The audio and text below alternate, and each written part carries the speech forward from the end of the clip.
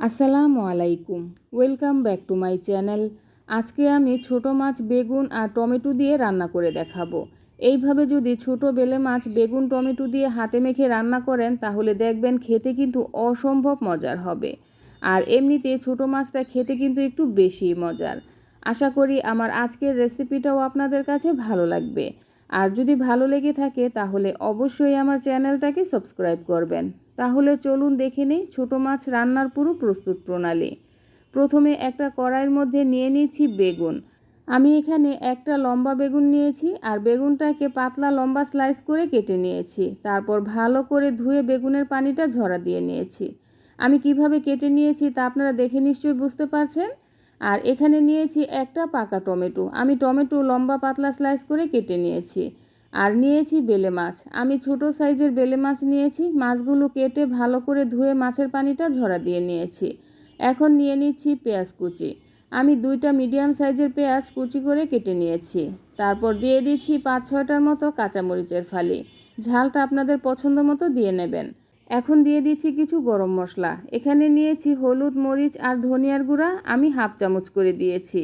কাঁচা মরিচের পরিমাণটা বেশি দিয়েছি, এজন্য গুঁড়া মরিচের পরিমাণটা কম দিয়েছি। তারপর দিয়ে দিচ্ছি 1 চা চামচ আদা রসুনের পেস্ট। লবণ দিয়ে দিচ্ছি টেস্ট অনুযায়ী। লবণটা বুঝে তারপর দিয়ে নেবেন।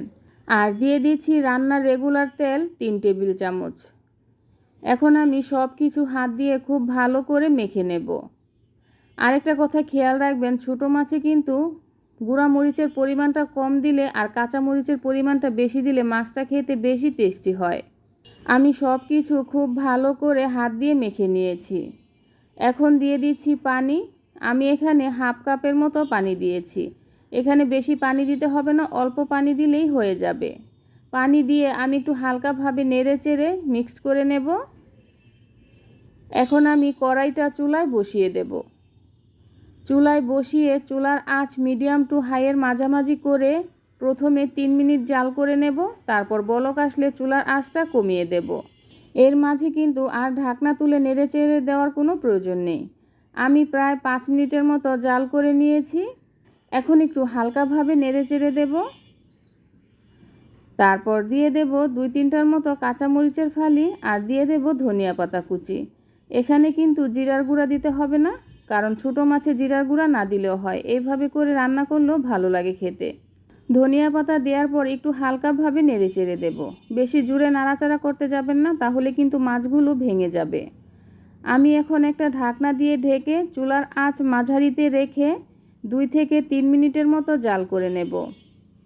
আমি প্রায় 2 মিনিটের মতো জাল করে নিয়েছি।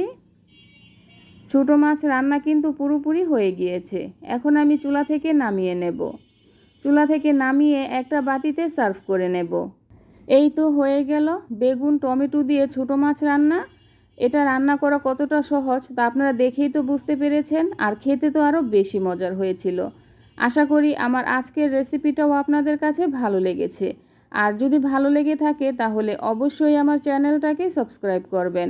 আর বন্ধুবান্ধব আত্মীয় স্বজনদের সাথে শেয়ার করবেন।